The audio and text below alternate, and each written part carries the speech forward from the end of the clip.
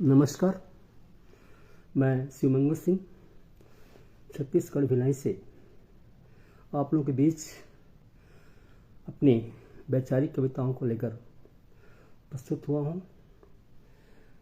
अपनी कविता पाठ करने के पहले मैं इस पटल के संयोजक आदरणीय राम भगत नेगी जी के प्रति आभार व्यक्त करता हूँ कि आपने इस अपने महत्वपूर्ण पटल पर आज हमें कविता पाठ करने का अवसर प्रदान किया। कन्नौर अब तक जनता की आवाज़ में इस कड़ी को मैं अपनी वैचारिक कविताओं से आज की इस काव्य संध्या में अपनी कुछ महत्वपूर्ण कविताओं का पाठ करूँगा। तो इस कविता की शुरुआत एक भक्तिपूर्ण रचना से कर रहे हैं। हे कौशल्या दशरथ के नंदन, हे कौशल्या दशरथ के नंदन, तुम्हें कोट कोट करते हैं बंदन। हे कौशल्या दशरथ के नंदन, तुम्हें कोट कोट करते हैं बंदन। पवन अयोध्या में जन्म लिए, पवन अयोध्या में जन्म लिए, भारत की धरती को धन्य किए। आताताई राक्षसों का संहार किए, अपने भक्तों का उद्धार किए। आताताई राक्षसों का संहार किए, अपने भक्तों का उद्धार किए। अपने राम राज को साकार किए, सबको समानता का अधिकार दिए। अपने राम राज को साकार किए, सबको समानता का अधिकार दिए। हे राजीव लोचन खटखटवासी, हे राजीव लोचन खटखटवासी, नित्य नाम जपे हम भारतवासी। तो जीवन के ऊंचे आदर्शों पर चलकर जनमानस को सच्चा राह दिखाए। जो राम नाम का महामंत्र जपते हैं, जो राम नाम का महामंत्र जपते हैं, इस भवसागर से पार हो जाते हैं, इस भवसागर से पार हो जाते हैं। आइए, मेरी अगली कविता है सौंदर्य की प्रतिमूर्ति। कविता सुनकर आप समझ सकते हैं कि मैंने किसको और किस रूप में सौंदर्य की प्रतिमूर्ति के रूप में यहाँ पर वर्णन किया है। आप सबका ध्यान चाहूँगा। जो गरल को भी अमृत समझकर चुपचाप पी लेती है, जो गरल को भी अमृत समझकर चुपचाप पी लेती है, जो सोने जैसे अग्नि में तपकर भी चमक उठती है, जो अपने जीवन के तमाम उलझनों को मुस्कुराकर सह लेती है। इसीलिए तो स्त्रियां सौंदर्य की प्रतिमूर्ति होती है। इसीलिए तो स्त्रियां सौंदर्य की प्रतिमूर्ति होती हैं। सदैव जिनके अंदर दया ममता और करुणा की नदियां बहती हैं, सदैव जिनके अंदर दया ममता की नदियां बहती हैं, जो अपने जीवन के तमाम उलझनों को मुस्कुराकर सह लेती हैं, जो अपने जीवन के तमाम उलझनों को मुस्कुराकर सह लेती हैं। इसीलिए तो स्त्रियां सौंदर्य की प्रतिमूर्ति होती है। इसीलिए तो स्त्रियां सौंदर्य की प्रतिमूर्ति होती है। ईश्वर की सृष्टि में स्त्रियां ही तो सौंदर्य की प्रतिमूर्ति होती है। ईश्वर की सृष्टि में स्त्रियां ही तो सौंदर्य की प्रतिमूर्ति होती हैं। इसीलिए तो महाकवियों ने, चित्रकारों ने भी स्त्रियों को ही सौंदर्य की प्रतिमूर्ति के रूप में उकेरा है, सौंदर्य के प्रतिमूर्ति के रूप में उकेरा है। मेरी अगली कविता है एक बहुत ही महत्वपूर्ण कविता आप लोगों के बीच इस पटल पर प्रस्तुत करने जा रहा हूं। आप सबका ध्यान चाहूंगा। मैंने इस कविता के माध्यम से प्रेम को परिभाषित किया है। प्रेम क्या है? प्रेम पतझड़ में ऋतुराज बसंत है। प्रेम पतझड़ में ऋतुराज बसंत है। सूखे तपते मौसम में वर्षा की फुहार है। प्रेम सूखे तपते मौसम में वर्षा की फुहार है। कठोरता में भी कोमलता का एहसास है। कठोरता में भी कोमलता का एहसास है। घोर निराशा में भी आशा का संचार है। घोर निराशा में भी आशा का संचार है। प्रेम जीवन की रागात्मक अनुभूति है जो हमारी संवेदना को गहराई तक स्पर्श करती है। प्रेम जीवन की रागात्मक अनुभूति है जो हमारे जीवन को, हमारी संवेदना को गहराई तक स्पर्श करती है। इसीलिए तो इस सृष्टि के कण कण, समस्त जीव जंतु भी प्रेम के भूखे हैं। इसीलिए तो इस सृष्टि के कण कण, समस्त जीव जंतु भी प्रेम के भूखे हैं। जहाँ प्रेम है वहीं स्वर्ग है। जहाँ प्रेम है वहीं स्वर्ग है। इस अखिल ब्रह्मांड में, इस अखिल ब्रह्मांड के कण कण में प्रेम समाया है। इस अखिल ब्रह्मांड के कण कण में प्रेम समाया है। प्रेम सर्वव्यापक और अनंत है। प्रेम सर्वव्यापक और अनंत है। इसमें अद्भुत आकर्षण है। इसमें अद्भुत आकर्षण है। इस जगत के समस्त जीव जंतुओं के लिए प्रेम अमृत के सदृश है। इस समस्त जीव जंतुओं के लिए प्रेम अमृत के सदृश है। इसीलिए तो दुनिया भर के महाकवियों ने, दार्शनिकों ने प्रेम के अलख जगाए हैं, प्रेम के पाठ पढ़ाए हैं। और इस कविता की महत्वपूर्ण पंक्ति आप सबका ध्यान चाहूंगा।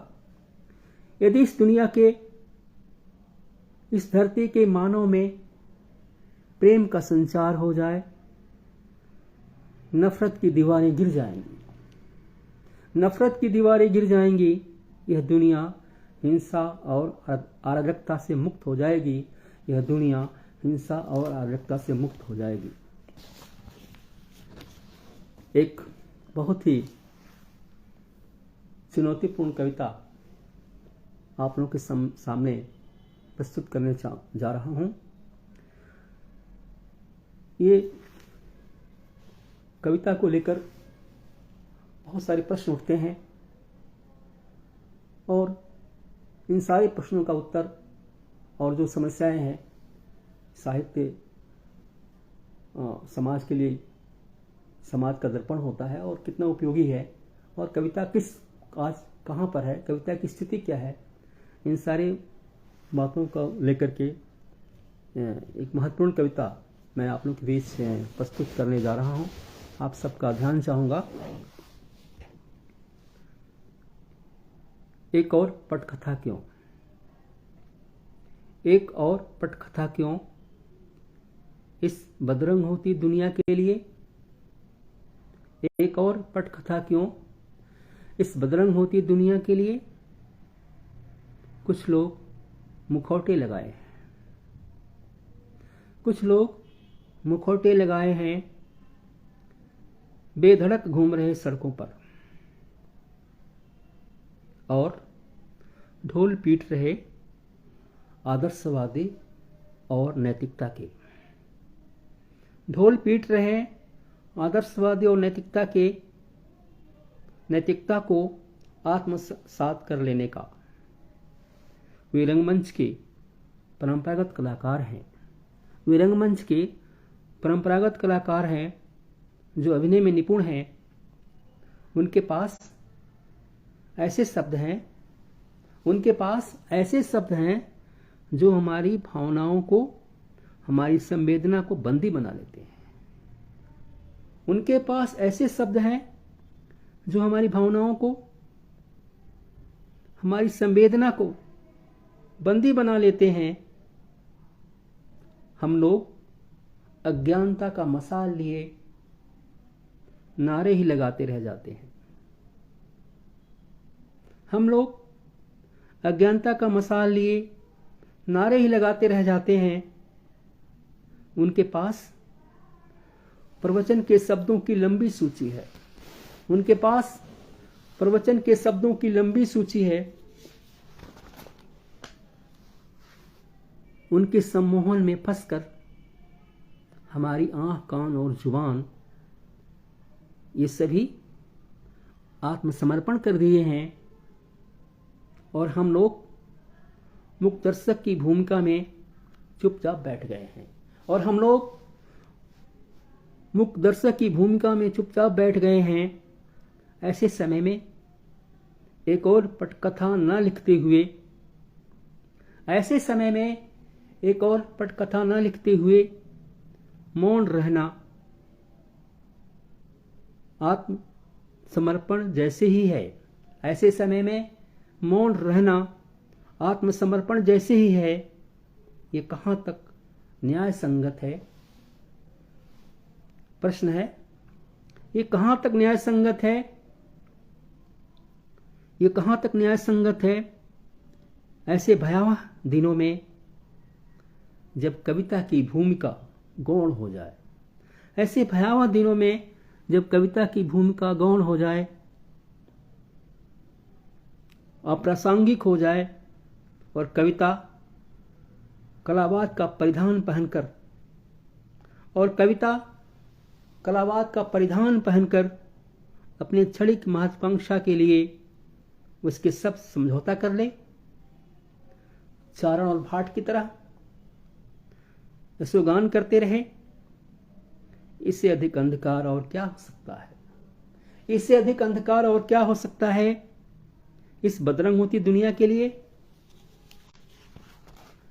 जहां उनके महानता के उद्घोष हो रहे हों, जहां उनके महानता के उद्घोष हो रहे हों।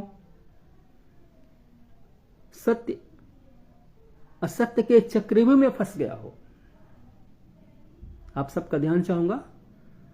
सत्य असत्य के चक्रव्यूह में फंस गया हो। ऐसे समय में जब कविता मौन हो जाए, ऐसे समय में जब कविता मौन हो जाए, इस बदरंग होती दुनिया में जहां बुद्धिजीवी अपने अपने विचारधारा की अंधभक्ति में फंसकर, जहां बुद्धिजीवी अपने अपने विचारधारा के अंधभक्ति में फंसकर गहन निद्रा में सो जाए, उसकी उपयोगिता नगण्य होती जा रही हो, उनकी उपयोगिता नगण्य होती जा रही हो।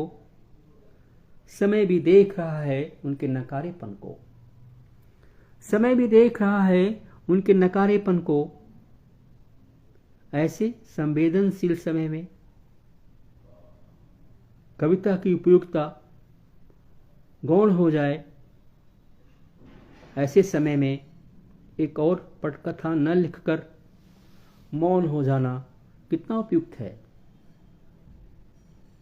सभी साहित्य प्रेमियों से मेरा प्रश्न है कि ऐसे समय में एक और पटकथा न लिखकर मौन हो जाना कितना उपयुक्त है। कविता सिर्फ मनोरंजन के साधन नहीं है। कविता सिर्फ मनोरंजन के साधन नहीं है। गीतों के प्यार भरे तराने नहीं है। मॉडर्न पेंटिंग नहीं है कविता। कविता तो युग बोध की उद्घोषक होती है। कविता युग बोध की उद्घोषक होती है। कविता युग बोध की उद्घोषक होती है।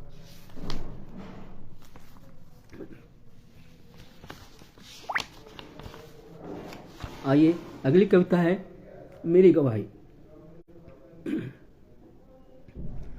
बहुत ही एक संवेदनशील कविता आप लोगों के बीच पढ़ने जा रहा हूं।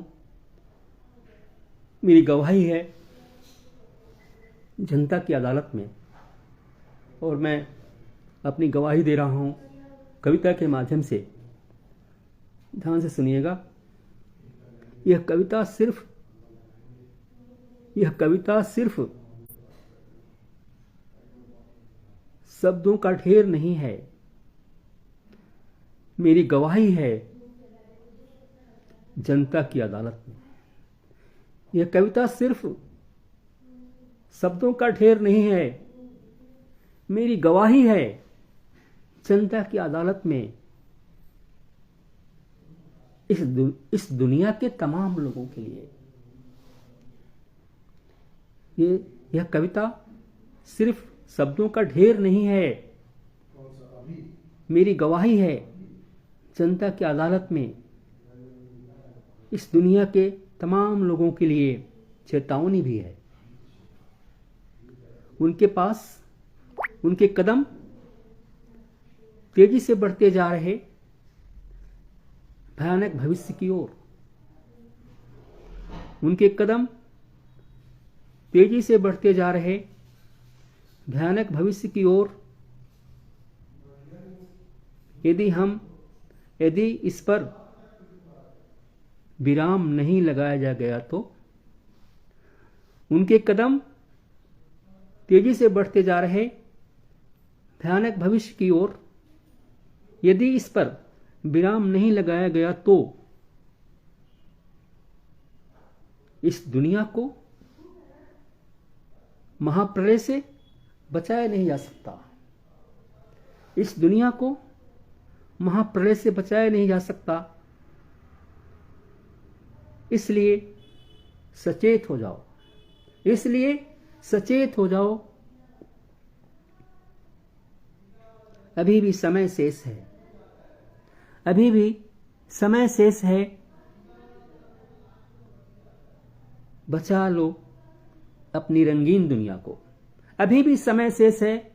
बचा लो अपनी रंगीन दुनिया को, इस पृथ्वी को।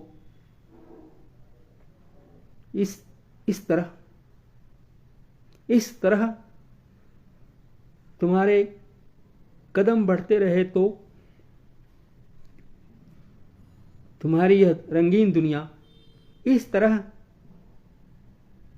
तुम्हारे कदम बढ़ते रहे तो तुम्हारी यह रंगीन दुनिया तब्दील हो जाएगी राख की ढेर में, तब्दील हो जाएगी राख की ढेर में।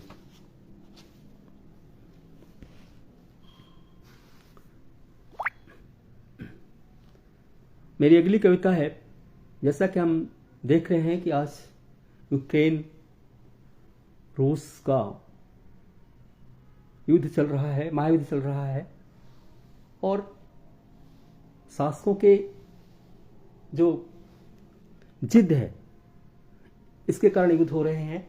लेकिन इस युद्ध में, इस लड़ाई में सैनिक मारे जाते हैं, चारों तरफ राख राख दिखता है, सब ध्वस्त हो जाता है, कितनी बर्बादी होती है। और यदि स्थितियां इस तरह की चलती रही,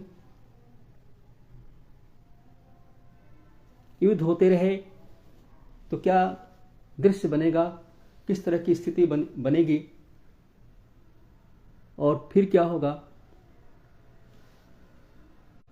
मैं इस कविता के माध्यम से आप लोगों के बीच प्रस्तुत कर रहा हूं। ये जनता की आवाज है और युद्ध कोई नहीं चाहता है। युद्ध सिर्फ तबाही लाता है, मौत के मंजर लाता है, बर्बादी लाता है। हमें युद्ध नहीं, शांति चाहिए, हमें युद्ध नहीं, प्रेम चाहिए। तो इस कविता का शीर्षक है शोक गीत। बहुत ही वैचारिक कविता है। मैं कोई हास्य व्यंग गीत गजल नहीं लिखता हूँ, मैं वैचारिक कविता लिखता हूँ। और इसी कड़ी में मेरी अगली कविता शोक गीत, शब्दों पर ध्यान देंगे। आज जो दुनिया की स्थिति है, आज क्या है, और उसके बारे में मैंने इस कविता में इस विषय को उठाया है। शीर्षक है शोक गीत। इस अंधेरी काली रात में कौन गा रहा शोक गीत। इस अंधेरी काली रात में कौन गा रहा शोक गीत। करुणा और वेदना के अस्थाई भाव को से उत्प्रोत, करुणा और वेदना के अस्थाई भाव से उत्प्रोत। आखिर क्यों अब शोक गीत गाने की आवश्यकता पड़ी है। आखिर क्यों अब शोक गीत गाने की आवश्यकता पड़ी है? संभवतः शोक गीत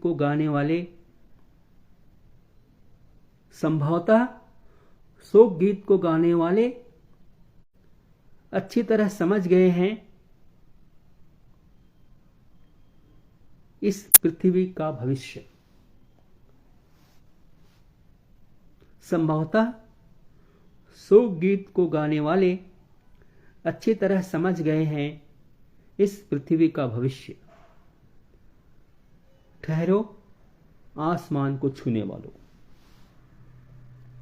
ठहरो आसमान को छूने वालों।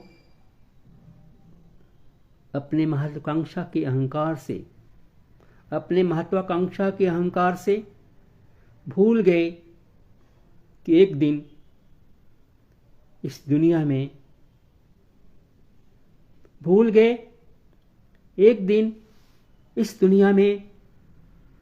इन प्रलयकारी हथियारों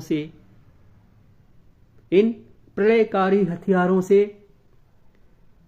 विश्व युद्ध हुए तो धू धू कर जल उठेगी हमारी पृथ्वी।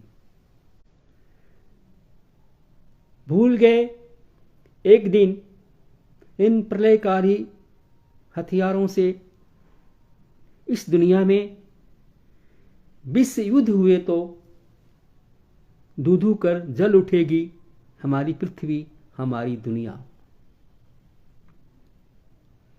धू धू कर जल उठेगी हमारी पृथ्वी, हमारी दुनिया।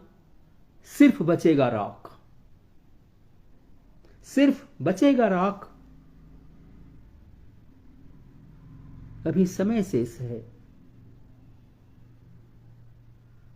सचेत हो जाओ। अभी समय शेष है, सचेत हो जाओ, नहीं तो शोक गीत गाने का सिलसिला चलता रहेगा, नहीं तो शोक गीत गाने का सिलसिला चलता रहेगा।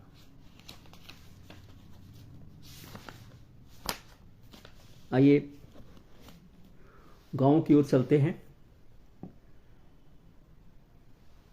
गांव में वसंत ऋतु कैसी लगती है, वसंत का माहौल, वातावरण कैसा होता है।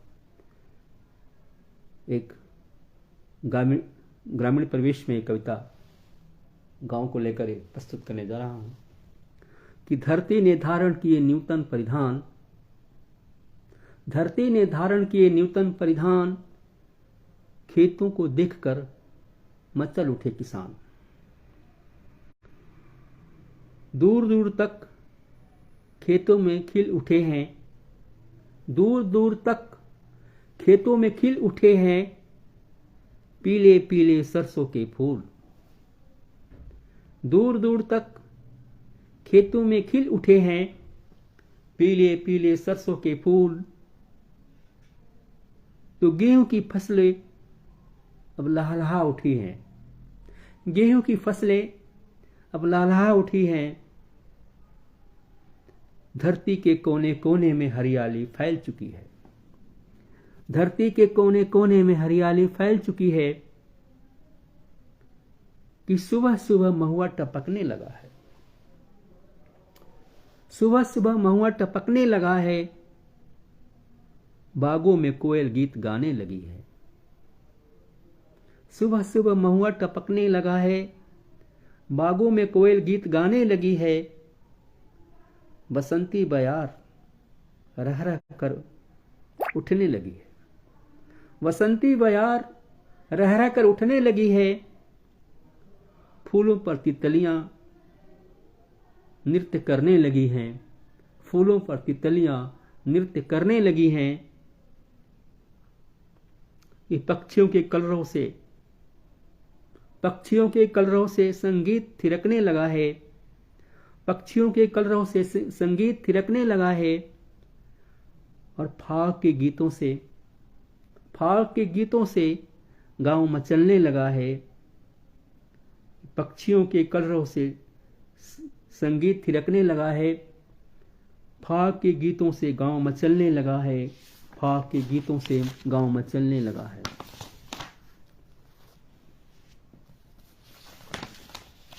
आइए कविता की कड़ी को आगे बढ़ाते हुए मैं आप लोगों के बीच एक और वैचारिक कविताएं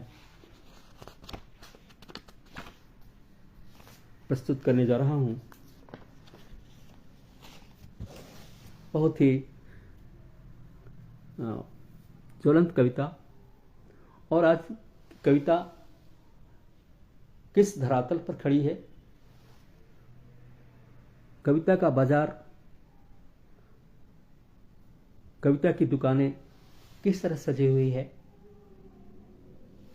और एक कवि की आत्म संवेदना क्या है, आत्मवेदना क्या है, और कविता को मैं किस दृष्टि से देखता हूं, कविता के प्रति मेरी क्या अवधारणा है, क्या सोच है, और मैं क्या करना चाहता हूं। एक महत्वपूर्ण कविता आप लोगों के सामने प्रस्तुत करने जा रहा हूं, जो विभिन्न पत्रिकाओं में प्रकाशित हुई हैं और लोगों ने बहुत सराहा है। आइए अपनी एक महत्वपूर्ण कविता, वैचारिक कविता आप लोगों के बीच प्रस्तुत करने जा रहा हूं।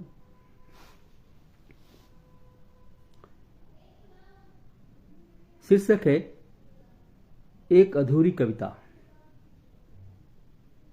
मेरी कविता पूर्ण नहीं हो सकी, मेरी कविता पूर्ण नहीं हो सकी, रह गई एक अधूरी कविता। मेरी कविता पूर्ण नहीं हो सकी, रह गई एक अधूरी कविता। इसे अभिव्यक्त करने के लिए, इसे अभिव्यक्त करने के लिए शायद मेरे शब्द उतने समर्थवान नहीं थे, नहीं। इसे अभिव्यक्त करने के लिए शायद मेरे शब्द उतने समर्थवान नहीं, भाव मुखरित नहीं हो सके। इसलिए मैं दुनिया भर की वेदना को, मानवीय संवेदना को, इसलिए मैं दुनिया भर की वेदना को, मानवीय संवेदना को,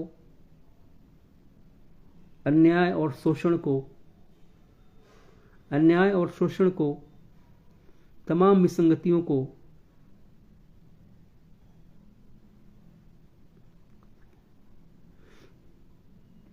और इस तरह के तमाम विसंगतियों को अभिव्यक्त कर सके मेरे पास शब्द नहीं थे। मेरे पास शब्द नहीं थे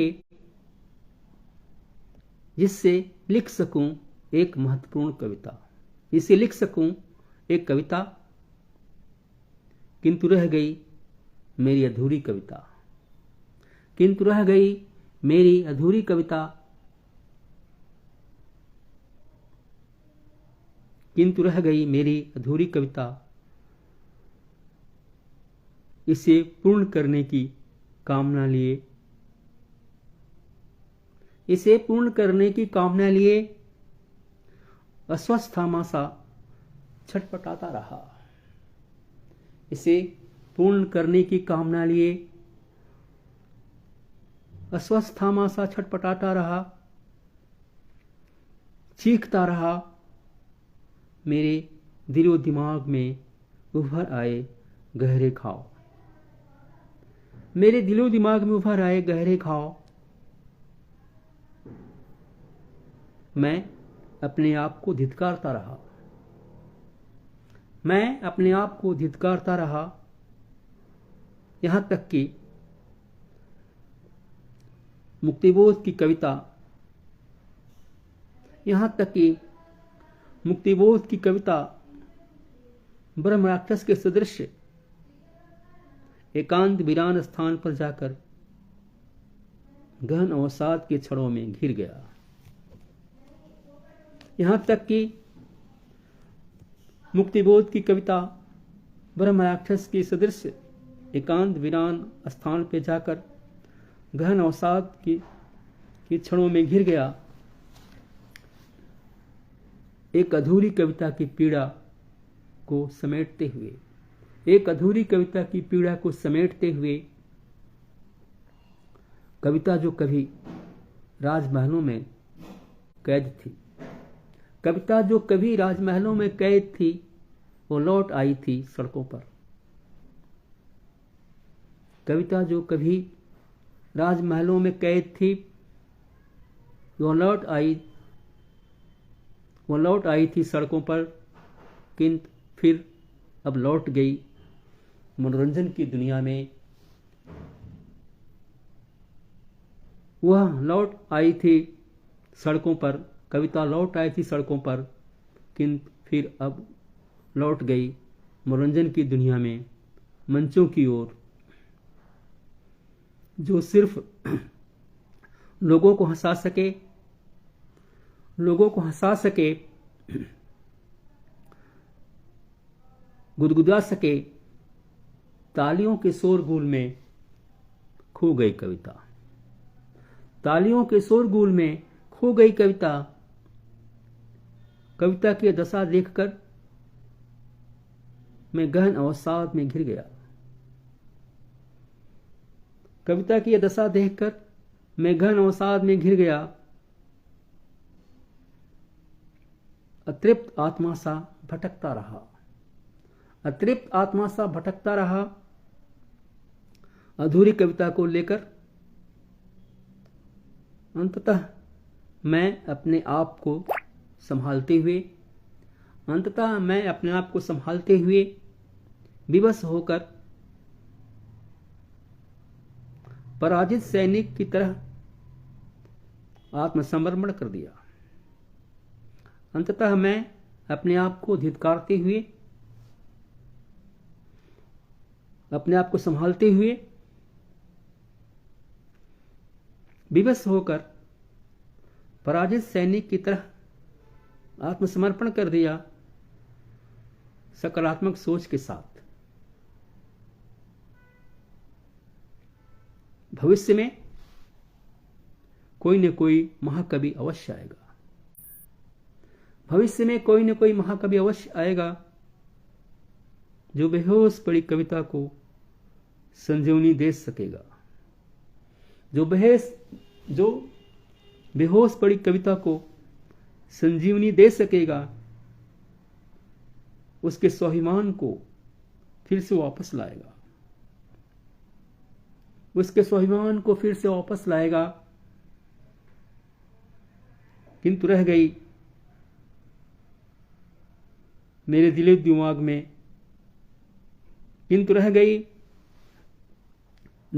दिमाग में एक अधूरी कविता का गहन अवसाद। आइए इस कड़ी को आगे बढ़ाते हुए मैं एक और बेचारी कविता आप लोगों के सामने प्रस्तुत करने जा रहा हूं।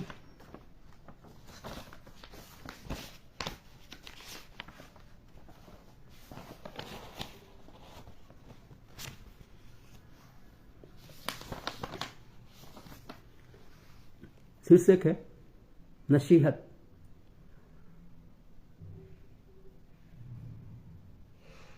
नसीहत जो दिया है हमारे बुजुर्गों ने, उस पर चलने की कोशिश करते रहिए। नसीहत जो दिया है हमारे बुजुर्गों ने, उस पर चलने की कोशिश करते रहिए। इस रूखे सूखे गर्म मौसम में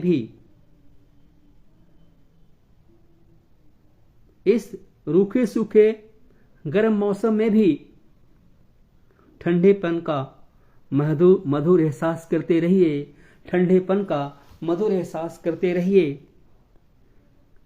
कि नफरत की आग में जलने से बेहतर है कि प्यार की बारिश हरदम करते रहिए।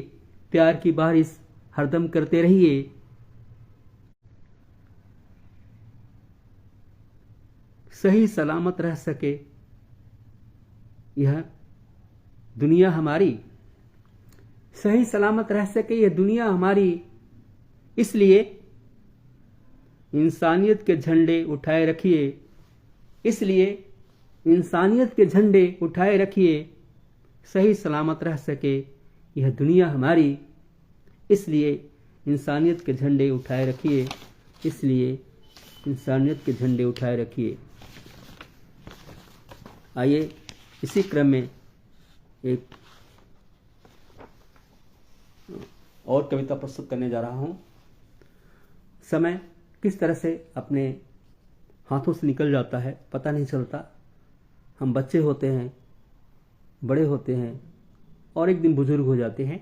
तो समय की धारा में दुनिया चल रही है और मैंने इसी बात को उठाया है। समय कैसे निकल जाता है, हम बच्चे से बड़े होते हैं, बूढ़े हो जाते हैं। तो आइए, शीर्षक है पता नहीं चला। न जाने कब इन बागों में तरह तरह के फूल खिले थे, न जाने कब इन बागों में तरह तरह के फूल खिले थे, जो धरती पर श्रृंगार रचाए। कब अब क्यों मुरझा गए पता नहीं चला। न जाने कब इन बागों में तरह तरह के फूल खिले थे, जो धरती पर श्रृंगार रचाए। अब क्यों मुरझा गए पता नहीं चला। न जाने कब इस धरती पर, न जाने कब इस धरती पर हरियाली उमड़ पड़ी थी। कब पतझड़ के मौसम भी दस्तक देकर चले गए पता नहीं चला। कब गर्मी और सूखे मौसम में, कब गर्मी और सूखे मौसम में अपने रौद्र रूप दिखलाए। न जाने कब बादलों ने इस धरती पर जल बरसाए पता नहीं चला। न जाने कब हम लोग यहाँ, न जाने कब हम लोग यहाँ नव शिशु से बच्चे होते हुए कब युवा से प्रौढ़ हो गए। एकाएक बुढ़ापा आ गया पता नहीं चला। एकाएक बुढ़ापा आ गया पता नहीं चला। आइए एक बहुत ही समसामयिक कविता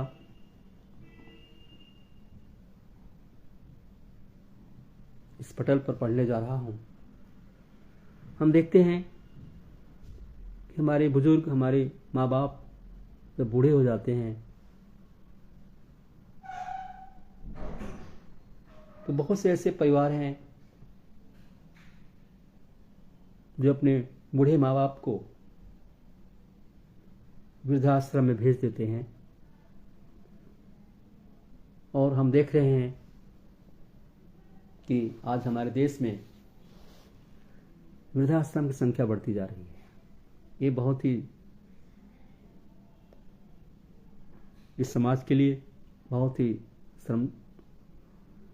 लज्जाजनक बात है कि हमारे बुजुर्ग, हमारे माँ बाप जब बुजुर्ग हो जाते हैं तो किस तरह से उन्हें वृद्धाश्रम के शरण में जानी पड़ती है।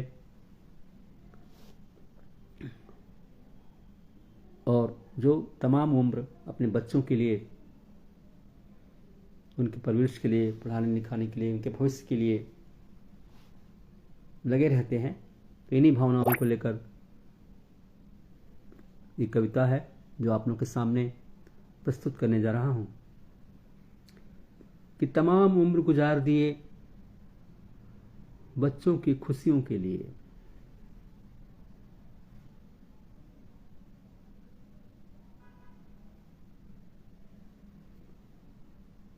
और यह कविता इस मंच के संचालक भाई कवि राम भगत नेगी जी को मैं भेंट दे रहा हूं, गिफ्ट दे रहा हूं। इस कविता को मैं गिफ्ट दे रहा हूं ये तमाम उम्र गुजार दिए बच्चों की खुशियों के लिए, सपन सजोए थे, सपन सजोए थे, सुख शांति से दिन कट जाएंगे। सपन सजोए थे, सुख शांति से दिन कट जाएंगे। अपने हाथों से ईंट जोड़कर बनाए घर पराए हो गए। अपने हाथों से ईंट जोड़कर बनाए घर पराए हो गए। वे जीवन के अंतिम पड़ाव पर, वे जीवन के अंतिम पड़ाव पर वृद्धाश्रम के शरण में पड़े हैं।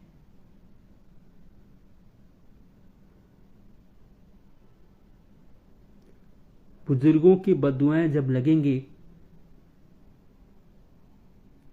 फिर रो रो कर पछताओगे। ये मत समझो कि एक दिन तुम भी इन बुजुर्गों की श्रेणी में आ जाओगे। एक दिन तुम भी इन बुजुर्गों की श्रेणी में आ जाओगे।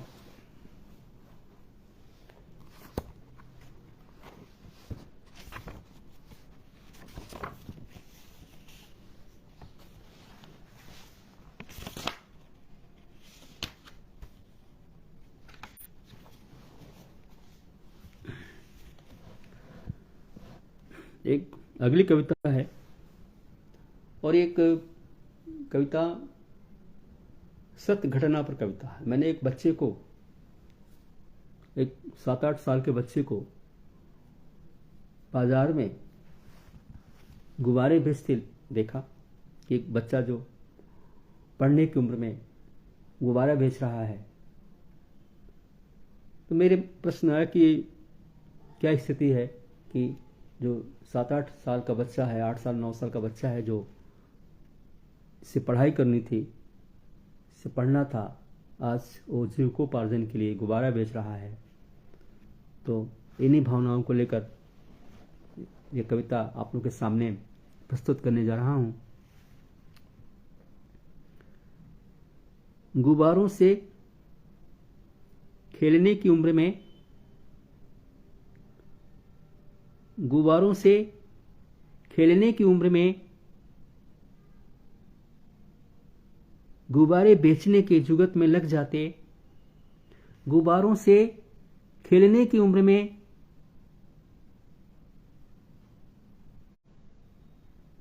गुब्बारों बेचने के जुगत में लग जाते। जीविकोपार्जन के लिए व्यवसाय में लग जाते। जीविकोपार्जन के लिए व्यवसाय में लग जाते। अनुभव प्राप्त करते। अपनी जिम्मेदारियों को मासूम कंधों पर लिए गुब्बारे बेचते बच्चे।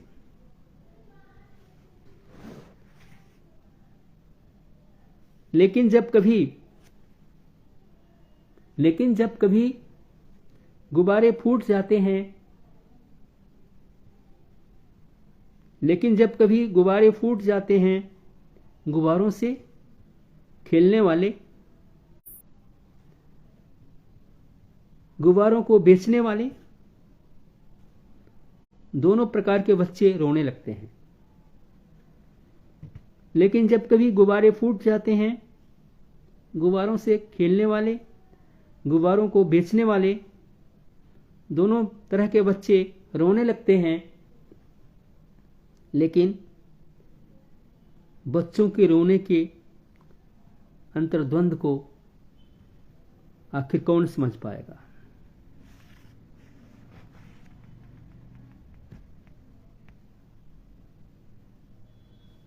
दोनों तरह के बच्चे रोने लगते हैं, लेकिन बच्चों के रोने के अंतर्द्वंद को आखिर कौन समझ पाएगा? गुब्बारों से खेलने वाले बच्चों के लिए, गुब्बारों से खेलने वाले बच्चों के लिए गुब्बारे खिलौने होते। गुब्बारों से खेलने वाले बच्चों के लिए गुब्बारे खिलौने होते। उसके रंगीनियों में खो जाने के मधुर एहसास होते, उसके रंगीनियों में खो जाने के मधुर एहसास होते। किंतु गुब्बारों को बेचने वाले बच्चों के लिए, किंतु गुब्बारों को बेचने वाले बच्चों के लिए, बाल मजदूरों के लिए क्या होता है, कैसा होता है, क्या होता है, कैसा होता है?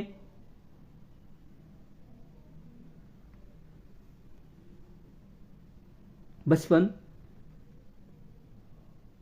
और बचपन के सुहाने पल सचमुच ऐसे बच्चों का बचपन,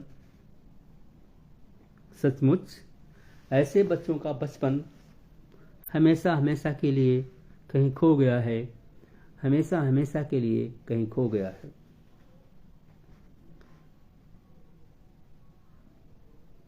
इस दुनिया में विविध प्रकार के बच्चे होते हैं, इस दुनिया में विविध प्रकार के बच्चे होते हैं। कुछ बच्चे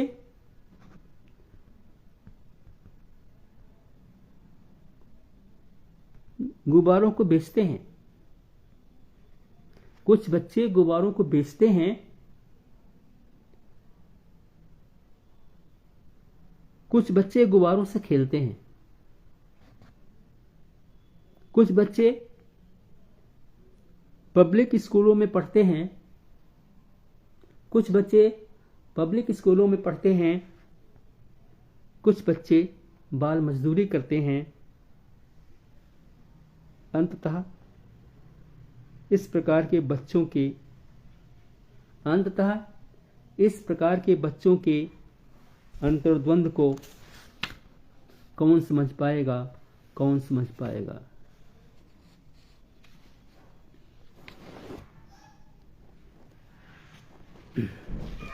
एक अगली कविता है, पर्यावरण को लेकर चिंता व्यक्त की गई है।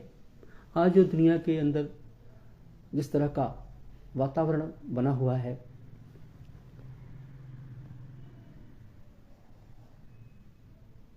दुनिया प्रगति की ऊंचाइयों को छू रही है। हम लोग अपने भौतिक संसाधनों को समृद्ध करने में लगे हुए हैं,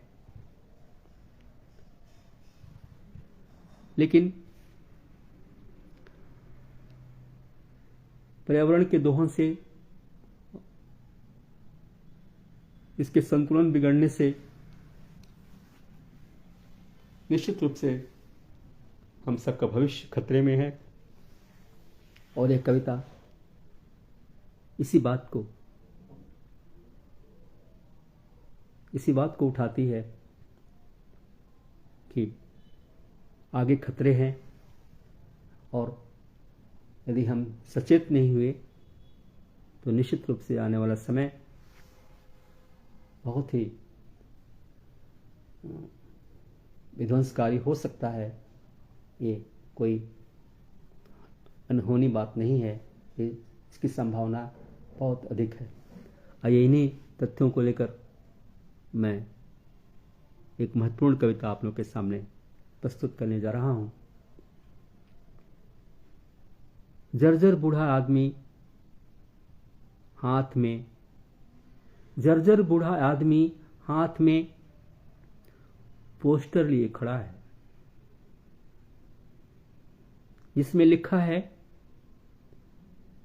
आगे खतरे ही खतरे हैं। किंतु तेज गति से भागती भीड़ को जर्जर बूढ़ा आदमी, किंतु तेज गति से भागती भीड़ को जर्जर बूढ़ा आदमी आगे जाने से मना करता है, आगे जाने से मना करता है। लेकिन उसके इस अभियान को हंसी उड़ाती भीड़ आगे बढ़ जाती है, उसकी हंसी उड़ाती है, और जर्जर बूढ़ा आदमी बहुत दुखी हो जाता है, अपने प्रयास से असफल होकर बैठ जाता है। और जर्जर बूढ़ा आदमी अपने प्रयास से असफल होकर बैठ जाता है, क्योंकि उस बूढ़े आदमी को मालूम है उनके भविष्य। तेज गति से भागती भीड़ उस रास्ते पर पहुंच जाती है जहां सब रास्ते समाप्त हो जाते हैं, जहां केवल दलदल ही दलदल है, जहां केवल दलदल ही दलदल है। वहां से कोई निकल नहीं पाता, वहां से कोई निकल नहीं पाता। लीजिए, अब मैं अपनी 2 छोटी छोटी कविताएं प्रस्तुत करने जा रहा हूं, और समय को देखते हुए मेरी आखिरी कविता है।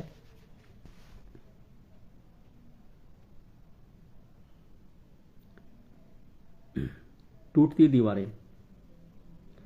रिश्तों की दीवारों को अब टूटने लगी हैं, रिश्ते की दीवारें अब टूटने लगी है। अब इसे टूटने से बचाए रखिए।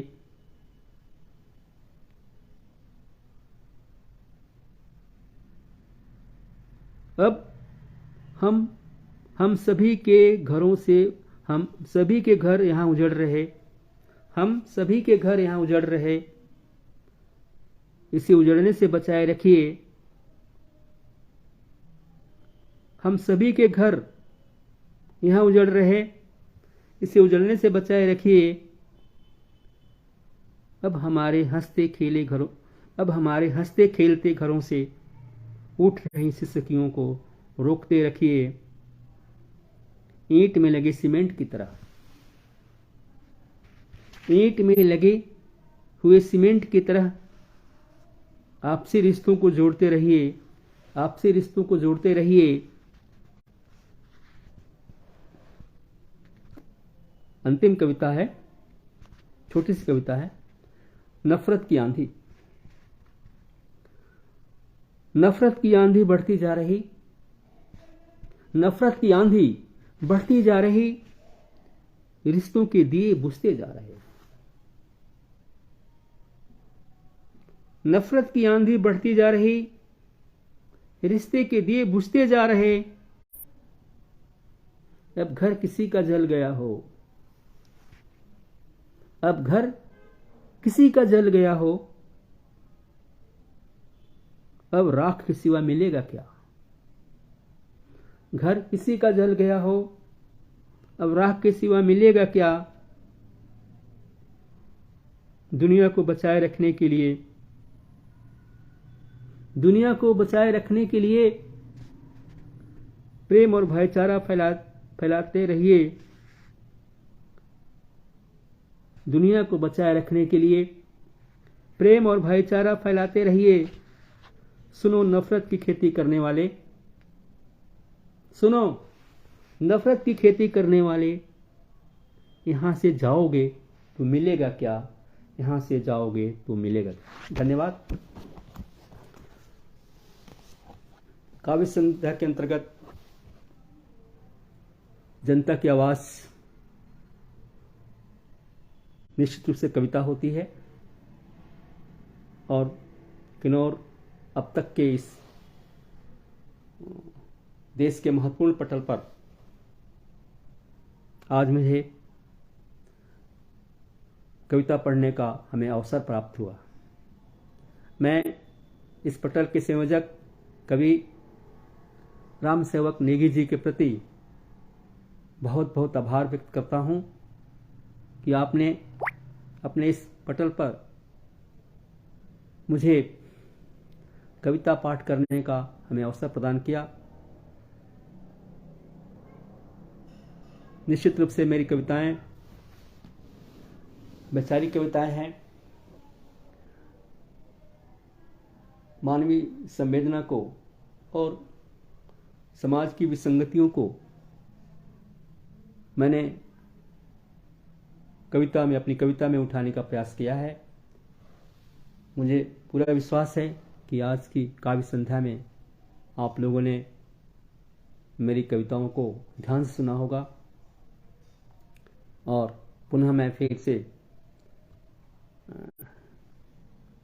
राम सेवक नेगी जी के प्रति आभार व्यक्त करता हूँ, कोटि कोटि आभार व्यक्त करता हूँ कि आपने अपने इस पटल पर हमें अवसर दिया और भविष्य में यदि आप इस तरह का अवसर प्रदान करते रहेंगे तो निश्चित रूप से मैं कविता पाठ के लिए अपना समय देता रहूँगा। धन्यवाद। जय भारत, जय हिंद।